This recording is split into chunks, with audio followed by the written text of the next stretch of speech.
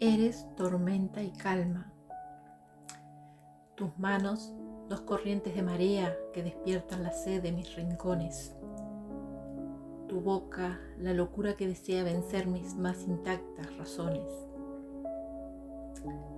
Hay un romance antiguo en tu mirada, un verso que me dictas con los ojos, y una pasión feroz descontrolada que rinde ante tus pies todos mis antojos.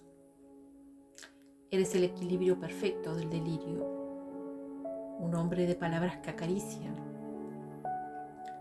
y de manos amantes que castigan con la dulce locura del idilio.